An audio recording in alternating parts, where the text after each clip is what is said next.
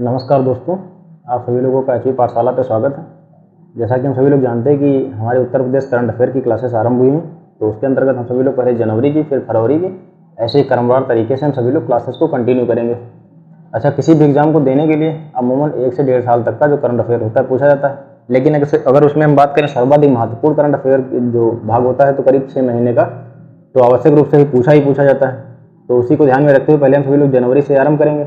और देखा जाए तो इधर कोई एग्जाम भी नहीं है, उधर ही एक प्रकार से हम कह सकते हैं कि करीब 6-7 महीने का करंट अफेयर बहुत ही अच्छे तरीके से हम सभी लोग तैयार करेंगे। तो कल हम सभी लोग करीब जितना पढ़ चुके थे उसके आगे कंटिन्यू करेंगे। तो कल का संभवतः मेरा अंतिम क्वेश्चन था, वर्ष 2021-22 में गन्ने की खेती का क्षेत्र तथा उत्पादन में कितने प्रतिशत की वृद्धि देखने को मिली। तो अगर हम अपने स्पष्टीकरण पर नजर डालते हैं तो वर्ष 2021-22 में गन्ने की खेती का क्षेत्र और उत्पादन क्रमशः 26.8% बढ़ गया।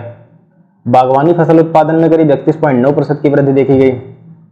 और गन्ने की जो खेती है दोस्तों, इसका क्षेत्र 26.8 बढ़ा था और बागवानी फसल का 31.9 बढ़ा था। अगला हमारा प्रश्न दुग्ध उत्पादन को लेकर के था, तो दुग्ध उत्पादन में प्रथम स्थान है, ठीक है, उत्तर प्रदेश का हमारा, अगर हम राष्ट्रीय स्तर की बात कर रहे हैं। और अंडा उत्पादन में प्रगति के मामले में 12.80% की वार्षिक ग्रोथ के साथ यह तीसरे स्थान पर है, ठीक है। तो इधर मैंने बाद में नोट भी कर दिया था कि 12.80% की वार्षिक वृद्धि के साथ रैंकिंग की बात करें तो उत्तर प्रदेश तीसरे स्थान पर है, आप सभी लोग देख भी सकते हैं। अब हम बात करते हैं अगले प्रश्न पर दोस्तों।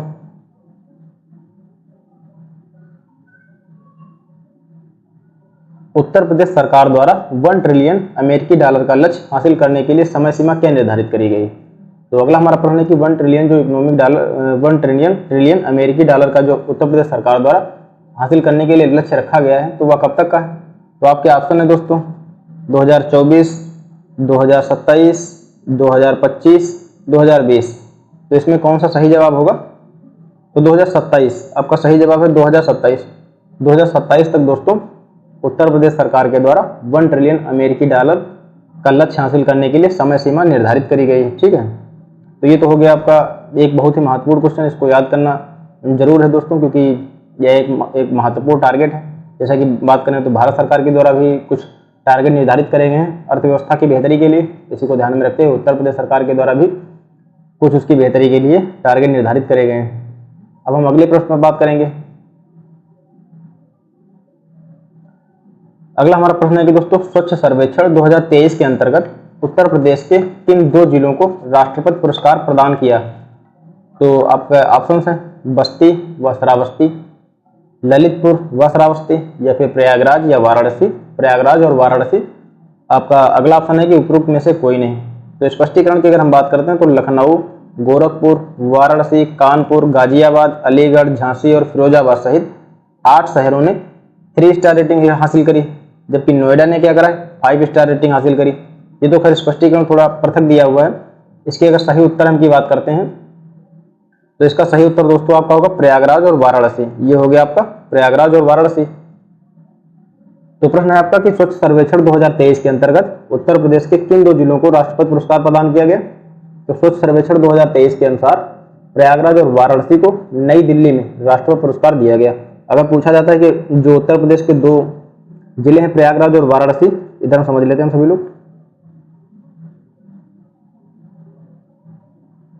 प्रयागराज व वाराणसी को पुरस्कार दिए गए। कहां दिए गए? तो नई दिल्ली में दिए गए।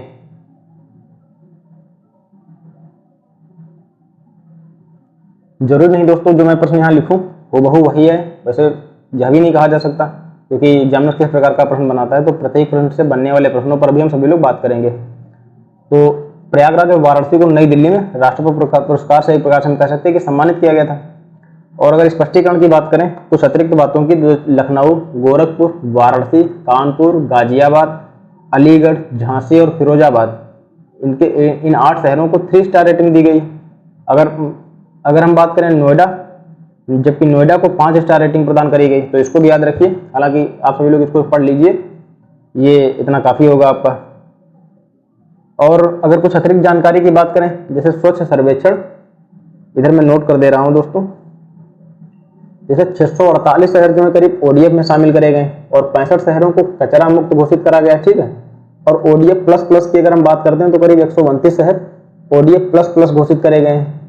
वहीं दोस्तों ODF सिर्फ प्लस 1 प्लस की बात करें तो करीब 435 शहरों को ODF प्लस प्रदान किया गया है। तो इसको भी नोट कर लेते हैं, हो सकता है कि किसी प्रकार का अगर थोड़ा एग्जामिनर कठिन प्रश्न पत्र बनाना चाहता है तो प्रश्न आ जाए। तो 648 शहरों को क्या करा गया, ODF घोषित करा गया। 648 शहर हैं उनको खुले में शौच मुक्त, एक प्रकार से कह सकते हैं ODF है क्या, तो खुले में शौच मुक्त, खुले में शौच मुक्त। तो 648 शहरों को ODF का दर्जा दिया गया, ठीक है। जबकि 65 शहरों को क्या करा गया, कचरा मुक्त शहर का दर्जा दिया गया। 65 शहरों को क्या करा गया, कचरा मुक्त घोषित करा गया। 65 शहर आपके जो ऐसे हो गए जिनको कचरा मुक्त घोषित किया गया। वहीं ODF प्लस की अगर हम बात करें, ODF प्लस, ठीक है, तो ODF प्लस की अगर हम बात करते हैं तो ODF प्लस दोस्तों 435 शहरों घोषित किया गया, 435 शहरों को, ठीक है। ODF प्लस 435 शहरों को घोषित किया गया। और ODF प्लस प्लस की बात करें तो 132 शहरों को घोषित किया गया। ODF प्लस 132 शहरों को घोषित किया गया। ये हो गए स्वच्छता से संबंधित विभिन्न महत्वपूर्ण पहलू जिनको हम सभी लोगों ने एक एक करके समझ लिया। और कभी कभी प्रश्न पूछा जाता है कि दोस्तों यह एक प्रकार से कहें तो किसके अंतर्गत कार्य करता है, तो आवास एवं शहरी मामलों के जो मंत्रालय हैं, शार्ट में इसको MOHUA के द्वारा स्वच्छ सर्वेक्षण की शुरुआत करी गई थी। तो अगर प्रश्न आता है कि स्वच्छ सर्वेक्षण की शुरुआत किसके द्वारा करी गई थी, तो आवास एवं शहरी मंत्रालय जो है, जो आवास और शहरी मामलों के मंत्रालय MOHUA के द्वारा स्वच्छ सर्वेक्षण की शुरुआत करी गई थी 2016 में, ठीक है। तो इसको भी नोट कर लेते हैं।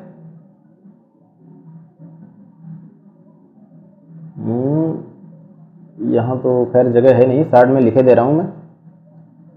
2016 में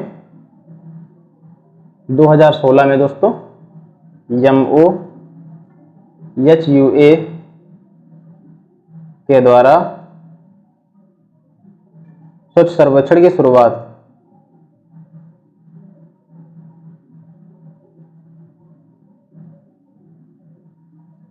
जो स्वच्छ सर्वेक्षण हमारा है उसकी शुरुआत करी गई।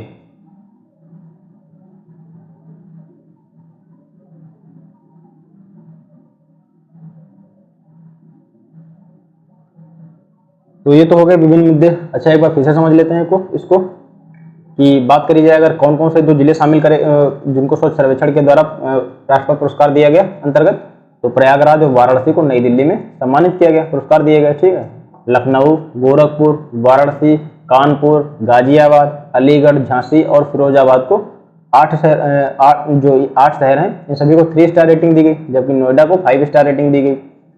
वहीं 648 शहरों को क्या करा गया, शौच मुक्त, खुले में जो शौच मुक्त है ODF घोषित करा गया। 65 शहरों को क्या करा गया, कचरा मुक्त घोषित किया गया। और ODF प्लस की बात करिए तो 435, वहीं ODF प्लस प्लस 132 शहरों को घोषित किया गया, ठीक है। तो हम बात करते हैं शुरुआत वगैरह को लेकर के। तो देखा जाए कि तो शहरी स्वच्छता की स्थिति में सुधार करने के लिए या प्रोत्साहित करने के लिए 2016 में आवास और शहरी मामलों के जो मंत्रालय हैं उसके द्वारा स्वच्छ सर्वेक्षण की शुरुआत करी गई थी। अब हम अगले मुद्दों पर बात करते हैं। अलग राष्ट्रीय स्तर की बात करी जाए तो सूरत और इंदौर को भी स्वच्छ शहर के अंतर्गत स्वच्छता के अंतर्गत उनको पुरस्कार दिया गया था। खैर, उत्तर प्रदेश के लिहाज से हम सभी लोग यहाँ पर समझेंगे। उत्तर प्रदेश राज्य औद्योगिक विकास प्राधिकरण के अनुसार उत्तर प्रदेश सरकार द्वारा किस क्षेत्र में फार्मा पार्क स्थापित किए जाएंगे, ठीक है। आपके ऑप्शन है ललितपुर, सीतापुर, रामपुर, बाराबंकी। स्पष्टीकरण को समझते हैं अच्छे से। उत्तर प्रदेश राज्य औद्योगिक विकास प्राधिकरण के अनुसार उत्तर प्रदेश सरकार के द्वारा ललितपुर बुंदेलखंड में 5 गांवों में 14,472 एकड़ में एक फर्म की स्थापना की जा रही है, सरकार के द्वारा किया जा रहा है। तो अगर ऑप्शन की बात करें ललितपुर, सीतापुर, रामपुर, बाराबंकी, तो आपका सही जवाब दोस्तों क्या होगा, ललितपुर। तो उत्तर प्रदेश राज्य औद्योगिक विकास प्राधिकरण के अनुसार उत्तर प्रदेश सरकार द्वारा किस क्षेत्र में फार्मा पार्क की स्थापित की जाएगी, तो बुंदेलखंड के क्षेत्र के अंतर्गत जो ललितपुर है दोस्तों वहां पर करी जाएगी, ठीक है। कितने एकड़ में? तो करीब 1472 एकड़ में फार्म की स्थापना करी जाएगी। और सर्वेक्षण के लिए कुछ गांवों को चिन्हित किया गया था, तो सैदपुर, गोडली कला, लारगन, करौंदा और रामपुर, इन क्षेत्रों को सर्वेक्षण के लिए क्या करा गया था? चिन्हित करा गया था। अब हम अगले प्रश्न पर बात करते हैं। अगला हमारा प्रश्न है कि राष्ट्रीय स्वच्छ वायु कार्यक्रम की शुरुआत कब हुई थी? वर्ष 2024 में, ठीक है, या फिर 2019 में, 2005 में, 2012 में। तो ये प्रश्न चर्चा में क्यों आया, अभी हम सभी लोग इस पर भी बात करेंगे अच्छे से कि यह प्रश्न, इस प्रश्न को यहाँ पर किस उद्देश्य से शामिल किया गया है। पहले तो स्पष्टीकरण देखते हैं कि इसे जनवरी 2019 में पर्यावरण, वन और जलवायु परिवर्तन मंत्रालय के द्वारा लॉन्च किया गया था, अर्थात शुरुआत करी गई थी। तो कब करी गई थी? तो 2019 में दोस्तों। तो राष्ट्रीय स्वच्छ वायु कार्यक्रम की शुरुआत कब हुई? वर्ष 2019 में करी गई। अच्छा, यह प्रश्न यहाँ पर क्यों लिया गया? क्लाइमेट ट्रेंड्स और रेस्पिरिंग लिविंग साइंस ने एक अध्ययन प्रकाशित किया गया, तो उसके अनुसार यह कहा गया था कि अधिकांश जो शहर हैं दोस्तों, भारत के राष्ट्रीय स्वच्छ वायु कार्यक्रम के स्वच्छ वायु के लक्ष्य जो निर्धारित करा गया, तो उससे एक प्रकार से कह सकते हैं कि बहुत दूर है। तो हालांकि मेरे ख्याल से यह इतना इंपॉर्टेंट है, इतना प्रश्न आपके लिए इंपॉर्टेंट है, यहीं से बनना चाहिए। अगर एग्जामिनर कुछ कठिन आपके लिए प्रश्नों को चुनाव करना चाहता है तो इस प्रकार के प्रश्नों को उसका सेलेक्ट करेगा। जैसे कि देखा जाए तो 5 वर्षों में लगातार PM 2.5 डेटा वाले 49 शहरों में से केवल 27 शहरों में PM 2.5 के स्तर की गिरावट देखी गई, जबकि केवल 4 शहर NCAP लक्ष्यों के अनुसार लक्षित गिरावट को पूरा कर पाए, या फिर हम कह सकते हैं कि उससे आगे भी निकल गए। तो ये तो था दोस्तों कि अध्ययन प्रकाशित हुआ, तो मैंने क्या करा, इससे संबंधित एक प्रश्न यहाँ पर शामिल किया। और वाराणसी में वर्ष 2019 में वर्ष 2023 तक PM 2.5 के स्तर से 72% की औसत कमी और PM 10 के स्तर से 72% के साथ सबसे अधिक कमी देखी गई है।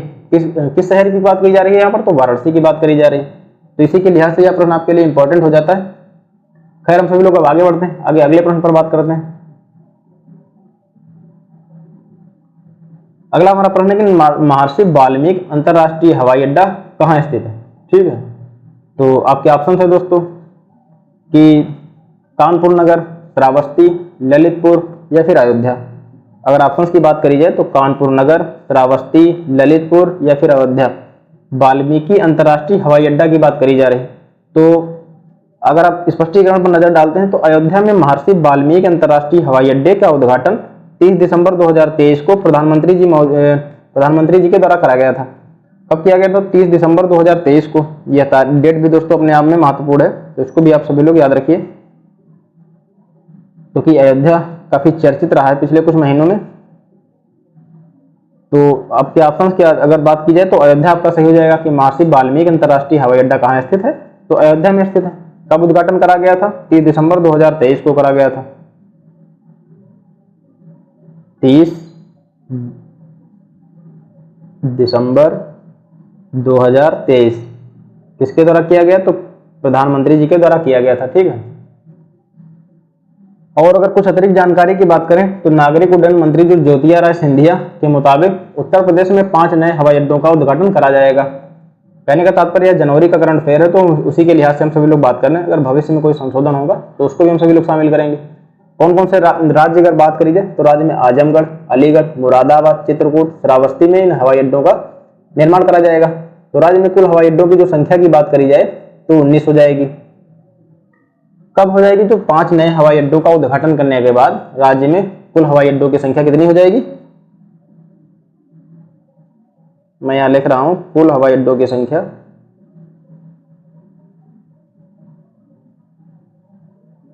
कुल हवाई अड्डों की संख्या 19 हो जाएगी जब इन 5 हवाई अड्डों का उद्घाटन किया जाएगा। तो आजमगढ़, अलीगढ़, मुरादाबाद, चित्रकूट, ठीक है, और श्रावस्ती में हवाई अड्डों का क्या करा जाएगा? निर्माण किया जाएगा। और हमने बात करा जो अयोध्या में आपका अंतर्राष्ट्रीय हवाई अड्डा का जो निर्माण किया जा रहा है उसका उद्घाटन 30 दिसंबर 2023 को प्रधानमंत्री जी के द्वारा किया गया। ठीक है, तो उम्मीद है यह प्रश्न भी आप लोगों के समझ में आया होगा। अब एक बहुत ही महत्वपूर्ण बिंदु पर हम सभी लोग चर्चा करेंगे, तो समझते हैं हमारा अगला प्रश्न क्या है दोस्तों।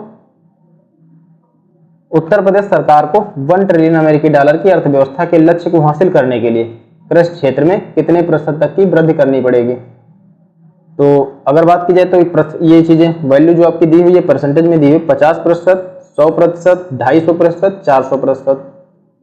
1 ट्रिलियन के लक्ष्य की अगर हम बात करें तो 1 ट्रिलियन का जो लक्ष्य है दोस्तों 2027 तक सरकार के द्वारा पूरा करने के लिए निर्धारित किया गया है। अब यहां पर बात करी जा रही है कि कितनी कृषि क्षेत्र में, अच्छा अगर हमें 1 ट्रिलियन का आंकड़ा छूना है दोस्तों तो उसके लिए प्रत्येक सेक्टर में हमें कुछ ना कुछ तो ग्रोथ रेट हासिल करनी ही होगी। तो अगर स्पष्टीकरण पर नजर डालते हैं तो 1 ट्रिलियन अमेरिकी डॉलर की अर्थव्यवस्था के लक्ष्य को हासिल करने के लिए जो हमारा उत्तर प्रदेश है उसको कृषि में करीब 250% की वृद्धि करनी होगी। तो कृषि की अगर बात करी जाए तो 250%, आपका ऑप्शन कौन सा सही हो जाएगा? तो आपका ऑप्शन सी सही हो जाएगा। वहीं एमएसएमई की बात करें, एमएसएमई में करीब 300% की और सेवा क्षेत्र में करीब 450% की वृद्धि करनी होगी, जो अपने आप में एक महत्वपूर्ण आंकड़ा और एक प्रकार से देखा जाए तो काफी कठिन चीज है। हालांकि नामुमकिन कुछ नहीं होता, अगर सरकार हमारी ध्यान देती है इन चीजों पर तो अच्छे से इन आंकड़ों को प्राप्त किया जा सकेगा। तो खैर आपका प्रश्न है कि उत्तर प्रदेश सरकार को 1 ट्रिलियन अमेरिकी डॉलर की अर्थव्यवस्था के लक्ष्य को हासिल करने के लिए कृषि क्षेत्र में कितने प्रतिशत तक की वृद्धि करने की आवश्यकता है? तो अब हम सभी लोग यहाँ पर विभिन्न सेक्टरों में ग्रोथ की बात कर लेंगे।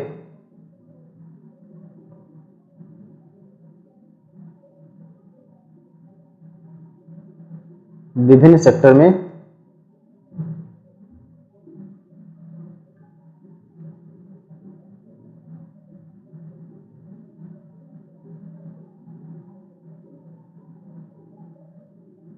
ग्रोथ,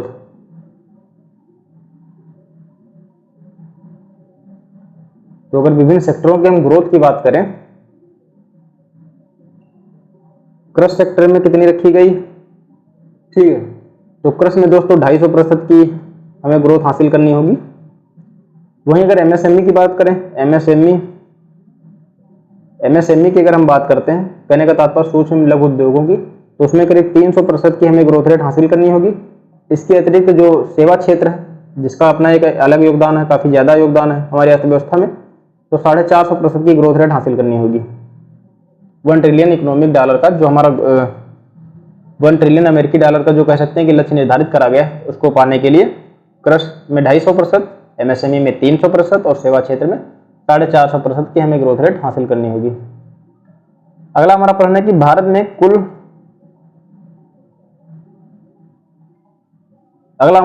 भारत के कुल कद्दन मिलेट्स में उत्तर प्रदेश का संभवतः कितने प्रतिशत का योगदान है?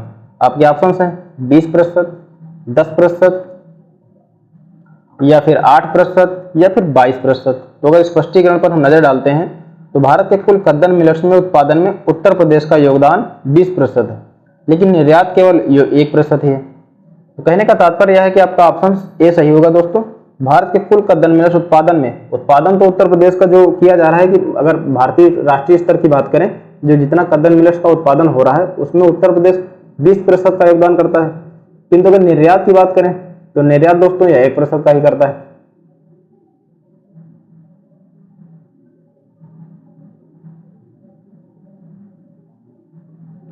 हमारा अगला प्रश्न है कि नाबार्ड के पहले अध्यक्ष कौन थे? आपके ऑप्शन हैं शिवरामन सिंह, एम राम कृष्णैया, श्री साजी केवी। तो अगर आपके ऑप्शंस की बात करी जाए तो यह एक सांविधिक निकाय है। ठीक है, किस प्रकार का निकाय है? तो यह एक प्रकार का सांविधिक निकाय है और जिसकी स्थापना वर्ष 1982 में राष्ट्रीय कृषि और ग्रामीण विकास बैंक अधिनियम 1981 के तहत करी गई थी। तो अगर हम नाबार्ड के पहले अध्यक्ष की बात करें तो कौन था? तो पहले अध्यक्ष दोस्तों इसके आपके ऑप्शन कौन क्या हो जाएगा? एम राम कृष्णैया। ठीक है, एम राम कृष्णैया जी इसके पहले अध्यक्ष थे। तो आपका ऑप्शन आपका कौन सा सही हो जाएगा? ऑप्शन बी आपका सही हो जाएगा दोस्तों। और इसकी स्थापना वर्ष 1979 में शिवरामन समिति की सिफारिश पर करी गई थी। तो यह एक प्रकार का सांविधिक निकाय वर्ष 1982 में राष्ट्रीय कृषि और ग्रामीण विकास बैंक अधिनियम वर्ष 1981 के तहत करा गया। अब हम सभी लोग क्या करेंगे, जो भी नवाडा से संबंधित लेकर के प्रश्न है उस पर हम सभी लोग एक एक करके बात करेंगे, क्योंकि दोस्तों इससे अक्सर प्रश्न देखने को मिलते हैं। तो नबार्ड पर हम सभी लोग चर्चा करते हैं। ठीक है, पहले समझ लेते हैं, फिर एक एक करके हम इसको नोट भी कर लेंगे।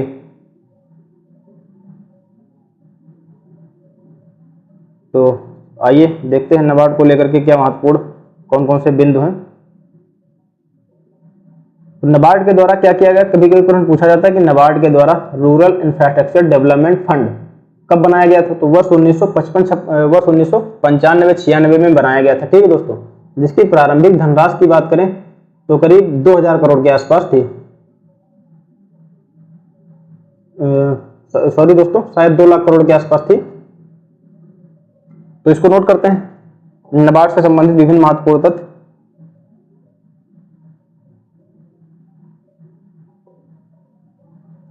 पहले तो इसकी स्थापना की बात करी जाए तो पीछे स्पष्टीकरण में दिया हुआ है, ये वर्ष 1982 में राष्ट्रीय कृषि और ग्रामीण विकास बैंक अधिनियम वर्ष 1981 के तहत इसकी स्थापना करी गई थी। ठीक है, अब हम सभी लोग अतिरिक्त जानकारी की बात करेंगे। तो इसके पहले अध्यक्ष एम राम कन्हैया थे, जबकि वर्तमान अध्यक्ष इसके कौन है दोस्तों, इसको भी हम सभी लोग नोट कर लेते हैं। वर्तमान अध्यक्ष, अगर हम वर्तमान अध्यक्ष की बात करें तो कौन है वर्तमान अध्यक्ष, श्री साजी केवी।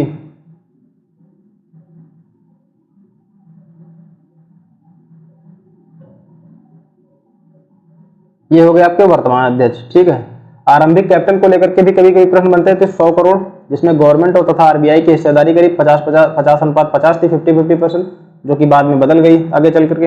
और इसका मुख्यालय नवादा का कहाँ स्थित है,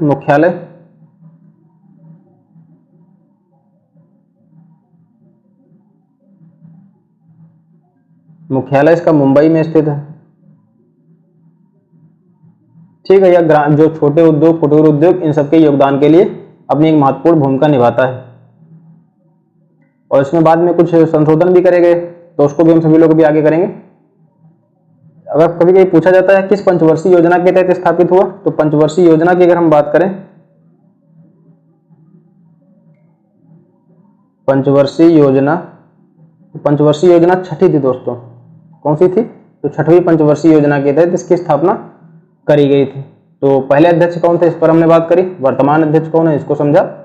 और मुख्यालय इसका अक्सर प्रश्न पूछा जाता है, तो मुंबई में पंचवर्षीय योजना, छठी पंचवर्षीय योजना में स्थापना हुई थी। अब कुछ अतिरिक्त जानकारी बात करेंगे, जो काफी कह सकते हैं कि पीसीएस वगैरह में आए हुए प्रश्न हैं, उनको भी हम सभी लोग समझते हैं।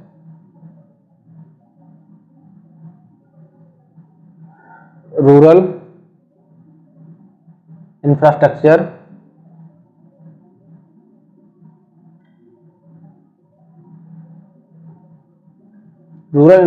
डेवलपमेंट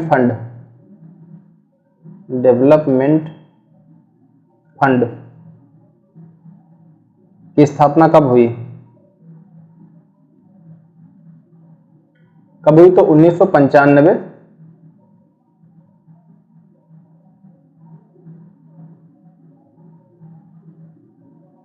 1995-96 में। ठीक है, तो इसकी या जो इंफ्रास्ट्रक्चर डेवलपमेंट फंड की स्थापना करी गई, जिसकी प्रारंभिक धनराशि की बात करें कितनी थी, तो करीब 2 लाख करोड़ के आसपास थी दोस्तों।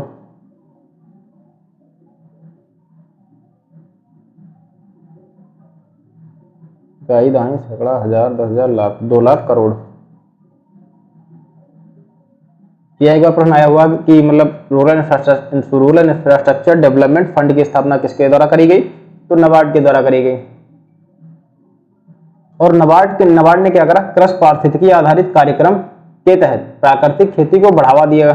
ठीक है, IIBA 9 फरवरी 2022 को शुरू किया गया।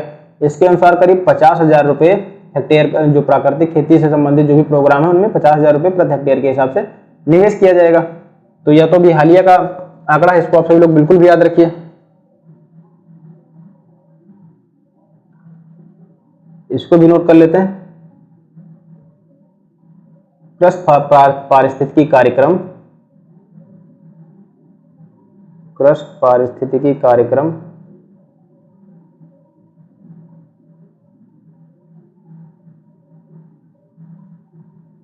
IIBA शुरू किया।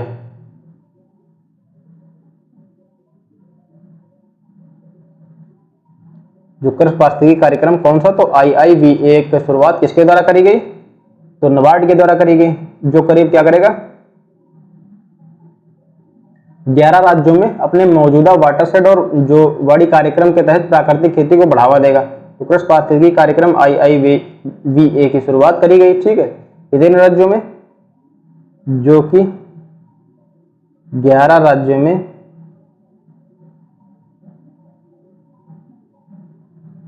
अपने मौजूदा वाटरशेड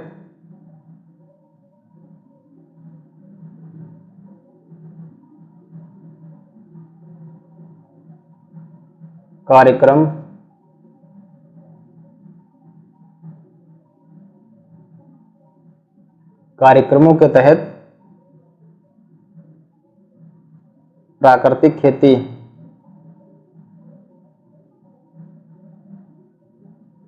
जो प्राकृतिक खेती है उसको बढ़ावा देगा।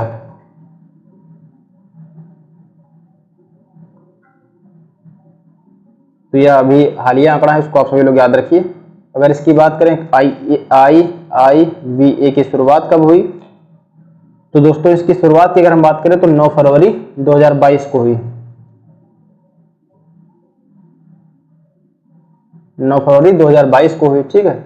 इसके अनुसार क्या करा जाएगा, करीब 50,000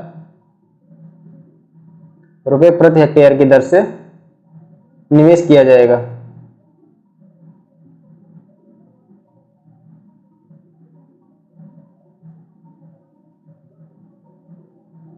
तो IIVA की स्थापना 9 फरवरी 2022 को करी गई। 50,000 रुपये प्रति हेक्टेयर के हिसाब से निवेश किया जाएगा, ठीक है, प्राकृतिक खेती से संबंधित जो भी कार्यक्रम होंगे।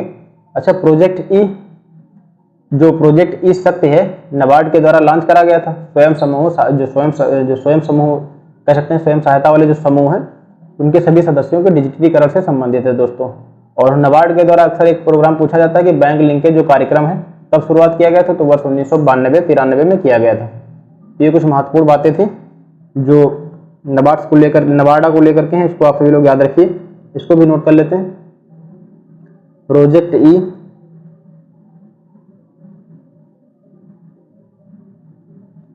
शक्ति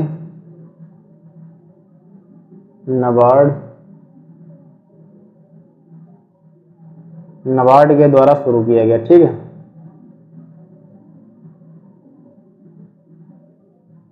तो नाबार्ड के द्वारा शुरू किया गया, किसके लिए शुरू किया गया, इसको भी याद रखिए, स्वयं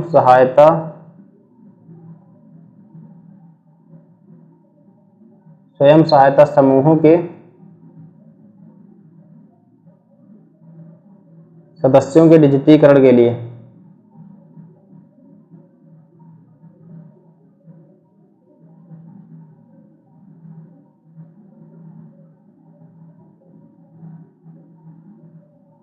स्वयं सहायता समूहों के सदस्यों के डिजिटलीकरण के लिए, ठीक है। और बात की जाए बैंक लिंकेज प्रोग्राम की शुरुआत कब करी गई,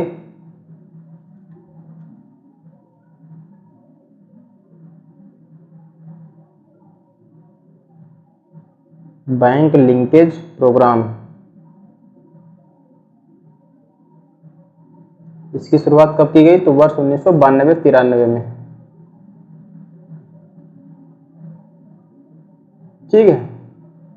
तो ये थे नाबार्ड को लेकर के कुछ दोस्तों महत्वपूर्ण तथ्य जो हम सभी लोगों ने बारी बारी से समझ ली। अच्छा, ठीक है, अब हम अगले प्रश्न पर बात करेंगे। पहले एक बार फिर से इसको रिवीजन कर लेते हैं। तो नाबार्ड के पहले अध्यक्ष कौन थे, तो पहले अध्यक्ष की बात करें तो एम राम कृष्णैया। वर्तमान अध्यक्ष कौन है, तो श्री साजी केवी। वर्ष 1979 में शिवरामन समिति का गठन किया गया था, जिसकी सिफारिश के आधार पर इसका गठन करा गया, नाबार्ड की स्थापना करी गई। आरंभिक जो कैपिटल थी दोस्तों, तो वह 100 करोड़ की थी, ठीक है, जिसमें भारत सरकार की तथा जो भारतीय रिजर्व बैंक उसकी हिस्सेदारी करीब 50-50% की थी। जो भविष्य में क्या करा गया, इसको संशोधित कर दिया गया। 2017 में इसमें संशोधन किया गया था। नाबार्ड की क्या करेगी, पूंजी को 30,000 करोड़ रुपए तक की बढ़ा दिया गया, ठीक है। 2017 में इसमें संशोधन कर दिया गया और नाबार्ड की जो पूंजी थी उसे 30,000 करोड़ तक बढ़ा दिया गया। और इसका मुख्यालय कहाँ, मुख्यालय मुंबई में स्थित है। इसका अगर क्षेत्र की बात करें तो उद्योग, कुटीर उद्योग, ग्रामीण परियोजनाओं से संबंधित इसका एक महत्वपूर्ण सेक्टर उसी क्षेत्र में कार्य करने का कार्य करता है। अब हम सभी लोग अगले प्रश्न पर बात करेंगे दोस्तों।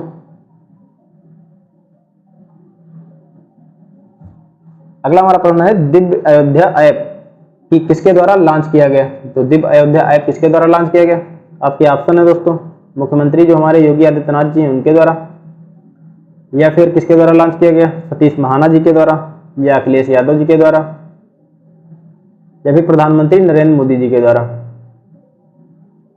तो अपने स्पष्टीकरण पर अगर हम नजर डालते हैं, उत्तर प्रदेश के मुख्यमंत्री योगी आदित्यनाथ ने पर्यटन पर केंद्रित एक mobile app Divya Ayodhya app launch करा। तो किसके द्वारा लॉन्च किया गया? मुख्यमंत्री योगी आदित्यनाथ जी के द्वारा लॉन्च किया गया। तो आपका ऑप्शन क्या सही हो जाएगा?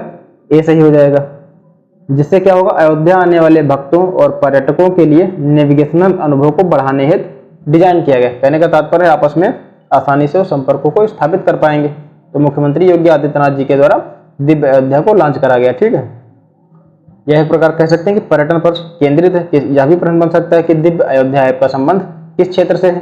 तो पर्यटन क्षेत्र से संबंधित है। जो एक प्रकार कह सकते हैं कि पर्यटन केंद्रित मोबाइल ऐप है जो आपस में नेविगेशनल अनुभवों को बढ़ाने में मदद करेगा। आगे हमारा प्रश्न है दोस्तों कि नीति आयोग की स्थापना कब करी गई? आपके ऑप्शन है 1 जनवरी 1950, 1 जनवरी 2015, 15 मार्च 2015 या फिर 12 मई 2012 को।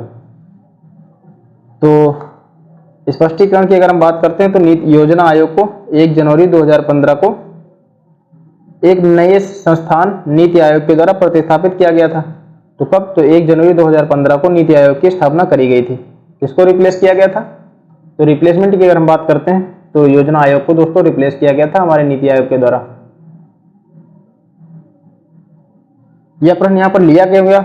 इसके विभिन्न परिप्रेक्ष्यों की अगर दृष्टिकोण की बात करते हैं तो नीति आयोग के द्वारा एक पेपर जारी किया गया दोस्तों। मैं यहाँ पर आपको समझाया दे रहा हूँ। एक मिनट जरा पानी पी लेता हूँ।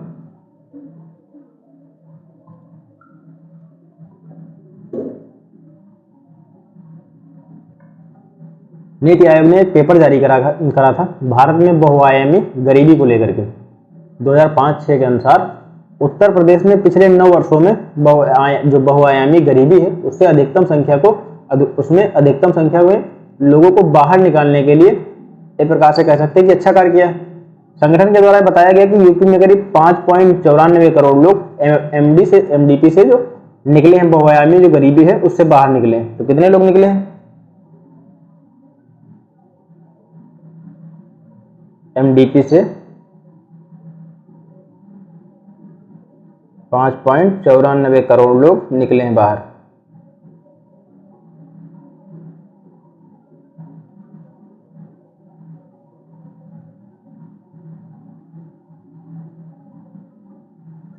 तो 5.94 करोड़ लोग जो बहुआयामी गरीबी है उससे निकले हैं नीति आयोग के द्वारा जारी किए गए जो आंकड़े हैं उसके अनुसार।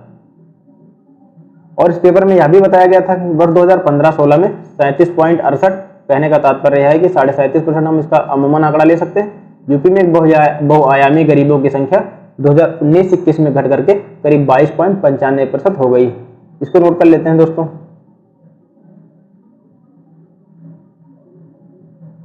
दो 2015-16 में 37.68%, क्योंकि यह इंडेक्स काफी चर्चा में रहा था, ये आंकड़े काफी चर्चे में रहे। तो 2015-16 में 37.68% से यूपी में बहुआयामी गरीबों की संख्या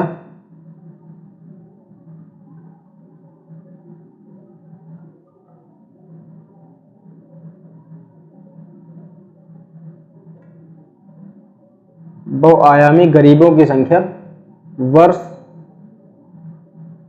2019 से 21 में घटकर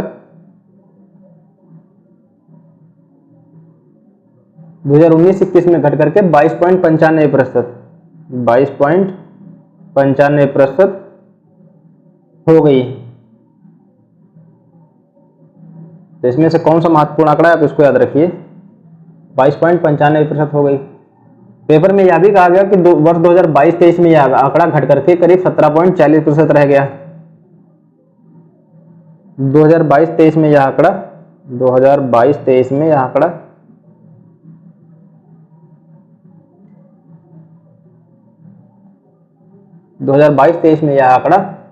17.40% तक रह गया।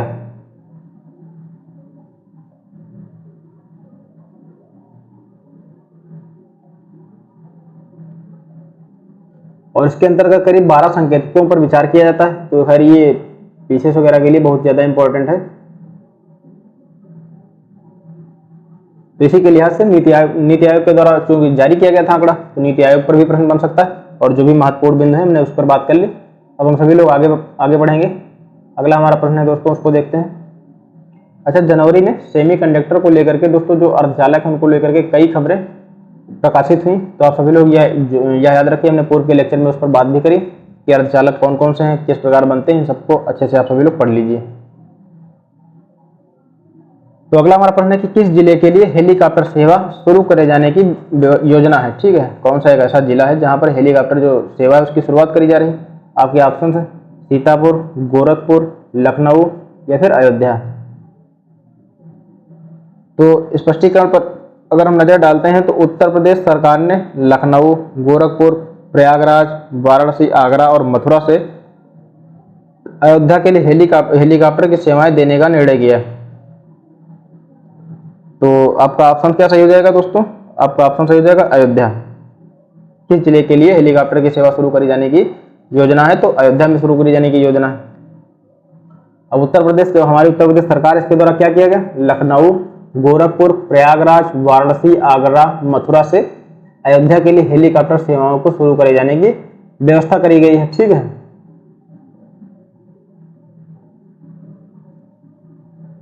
और अगला हमारा प्रश्न है कि मुख्यमंत्री जी के द्वारा हेलीकॉप्टर सेवा का उद्घाटन कब किया गया? 19 जनवरी 2024, 19 फरवरी 2024 या फिर 18 दिसंबर 2023 या फिर 12 मार्च 2024। तो हमारे मुख्यमंत्री जी के द्वारा क्या किया गया? 19 जनवरी को लखनऊ से हेलीकॉप्टर सेवा का उद्घाटन करा गया। तो आपका सही जवाब क्या हो जाएगा दोस्तों? 19 जनवरी 2024 हेलीकॉप्टर सेवा का उद्घाटन किया गया उनके द्वारा, मुख्यमंत्री जी के द्वारा। और हेलीकॉप्टर सेवा का उद्घाटन किस जिले के लिए किया गया? अयोध्या के लिए। एक प्रकार से देख सकते हैं पर्यटन क्षेत्र में उसका एक बहुत बड़ा योगदान होने वाला है भविष्य में, तो उसी को लेकर के हेलीकॉप्टर सेवाओं का उद्घाटन किया जा रहा है। और हेलीकॉप्टर की जो सवारी है दोस्तों, सरयू नदी के किनारे टूरिज्म गेस्ट हाउस के पास बने हेलीपैड से होगी। अब हम सभी लोग आगे बात करते हैं। अगला हमारा प्रश्न क्या है? और अगर सरयू नदी से लेकर के कुछ महत्वपूर्ण तथ्यों की बात करी जाए तो सरयू नदी दोस्तों उत्तराखंड, उत्तर प्रदेश से होकर के बहती है। इसका अपना एक प्राचीन महत्व है। इसका वेदों और रामायण में भी उल्लेख मिलता है। और यह नदी करनाली और महाकाली नदियों के संगम पर बनती है। अगला हमारा प्रश्न है कि UPEIDA का मुख्यालय कहाँ स्थित है? तो अगर बात करी जाए यूपीडा का मुख्यालय कहाँ स्थित है, आपके ऑप्शन है दोस्तों लखनऊ, कानपुर, आगरा, मथुरा। तो यूपीडा का मुख्यालय कहाँ स्थित है? लखनऊ के गोमती नगर में स्थित है। पर्यटन भवन, जो लखनऊ का गोमती नगर पर्यटन भवन है वो वहां पर स्थित है। तो यह खबर चर्चा में क्यों आई, इसकी अगर हम बात करते हैं तो उत्तर प्रदेश सरकार के द्वारा औद्योगिक निकायों, यमुना एक्सप्रेसवे औद्योगिक विकास प्राधिकरण जो ईडा है, और यूपी राज्य औद्योगिक विकास प्राधिकरण यूपीसीडा जो है, और यूपी एक्सप्रेसवे औद्योगिक विकास प्राधिकरण यूपीडा के लिए 2,940 करोड़ रुपए की मंजूरी दी गई है। तो जो बुंदेलखंड औद्योगिक विकास प्राधिकरण है उसको पहले अगर भूमि अधिग्रहण की बात करी जाए तो 3,000 करोड़ रुपए दिए गए थे। सभी औद्योगिक विकास प्राधिकरणों के विकास के लिए करीब 7,042.67 करोड़ रुपए दिए स्वीकृत करे गए। इसीलिए यह खबर महत्वपूर्ण है दोस्तों। तो यूपीडा का मुख्यालय कहाँ स्थित, आप सभी लोग इसको याद रखिए, लखनऊ के गोमती नगर में स्थित है।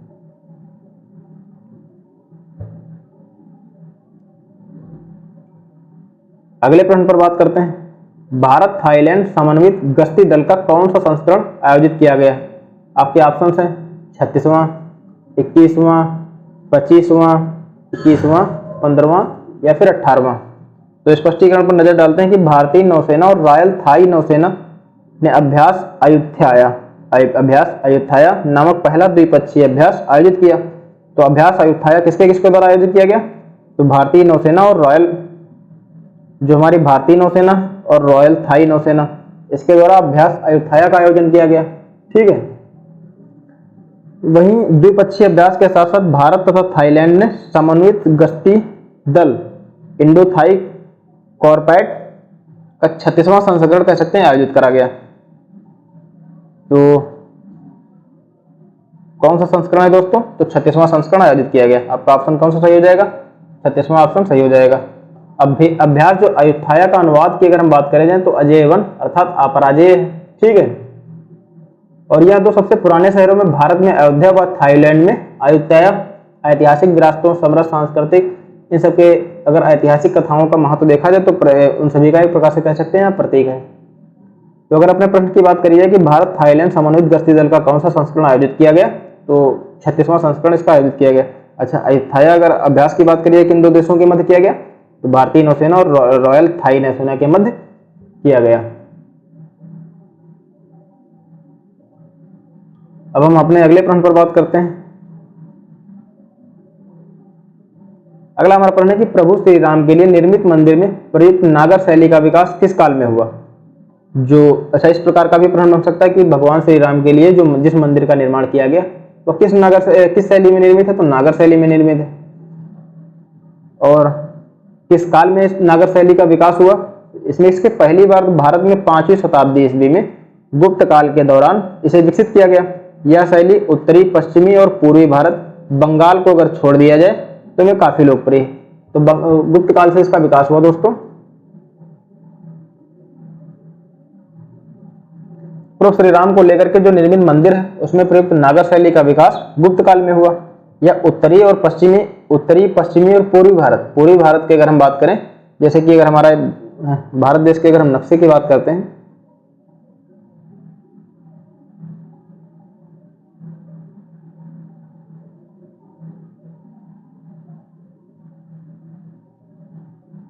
तो पूर्वी वाला जो इलाका आपका है पूर्वी भारत, यहाँ पर जो बंगाल को अगर हम छोड़ दें तो बंगाल के क्षेत्र में छोड़ करके काफी लोकप्रिय है।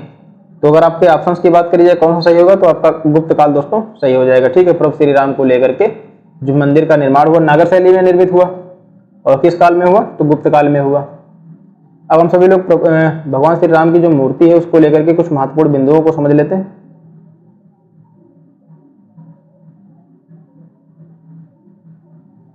जैसे अयोध्या के राम मंदिर को लेकर के हम कुछ महत्वपूर्ण बातों की अगर बात करें तो 20-20 फुट ऊंची करीब 3 मंजिलों पर यह बना हुआ है, जिसमें करीब 392 कुल खंभे और 44 दरवाजे।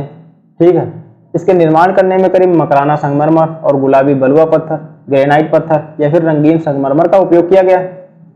इसके निर्माण में कहीं भी लोहे का प्रयोग नहीं किया गया। अब मान लेते अगर आपसे प्रश्न बनता है कि प्रभु श्री राम का जिस मंदिर का निर्माण हुआ उसमें किस धातु का प्रयोग नहीं हुआ, तो लोहे का प्रयोग नहीं हुआ। ठीक है, और शैली की बात करी जाए तो नागर शैली। परिसर के प्रत्येक कोने में भगवान सूर्य, भगवती, भगवान गणेश, भगवान शिव की मूर्तियों की स्थापना करी जाएगी। उत्तरी और दक्षिणी भुजाओं की अगर हम बात करें, उत्तरी और दक्षिणी भुजाओं पर क्रमशः अन्नपूर्णा तथा हनुमान जी के मंदिर बनाए जाएंगे। तो पहले इन सब बिंदुओं को हम सभी लोग नोट करते हुए चलते हैं। क्या है, तो 20 फुट ऊंची 3 मंजिलों पर बना हुआ है। खंभे कितने हैं इसमें, खंभों की बात करी जाए तो 392 और दरवाजे कितने, दरवाजे दोस्तों 44 है। ठीक है, इसके निर्माण में क्या क्या लगा है,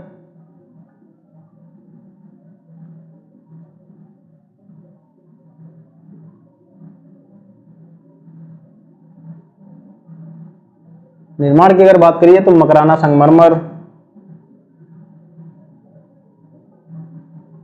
मकराना संगमरमर हो गया, गुलाबी बलुआ पत्थर हो गया, गुलाबी बलुआ पत्थर, मकराना संगमरमर, गुलाबी बलुआ पत्थर, ग्रेनाइट तथा रंगीन संगमरमर का उपयोग किया गया है। ग्रेनाइट तथा रंगीन संगमरमर का उपयोग किया गया है।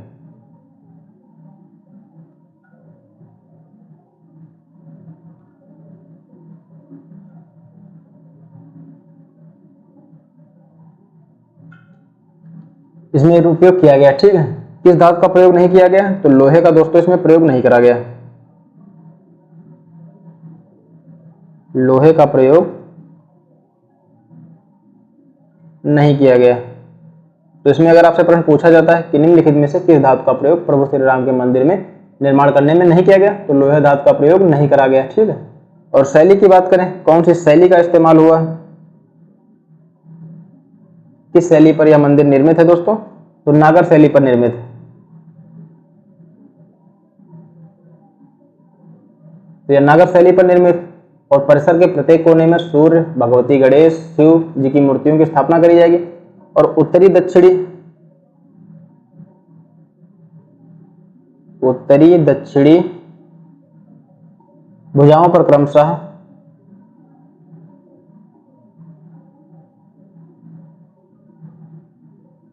उत्तरी दक्षिणी भुजाओं पर क्रमशः अन्नपूर्णा तथा हनुमान जी के मंदिर बनाए जाएंगे।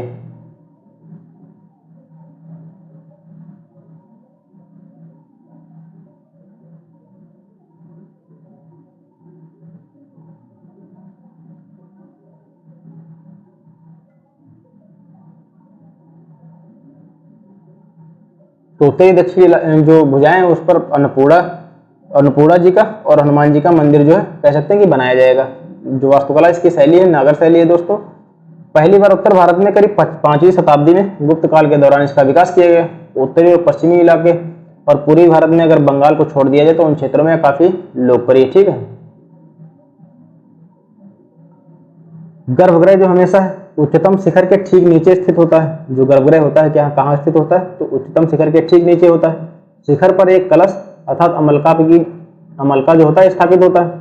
शिखर को अगर हम प्रकारों की बात करें, रेखा प्रसाद या लैटिना, उड़ीसा का श्री जगन्नाथ मंदिर, शेखरी खजुराहो आप लोगों ने सुना होगा, कंदरिया महादेव मंदिर, वल्लभी तेली का मंदिर, इन सब क्षेत्रों से प्रेरित एक प्रकार से कह सकते हैं। शिखर के प्रकारों की बात करें, ये सभी प्रकार के जो शिखर हैं यहाँ पर देखने को हम सभी लोगों को मिलते हैं।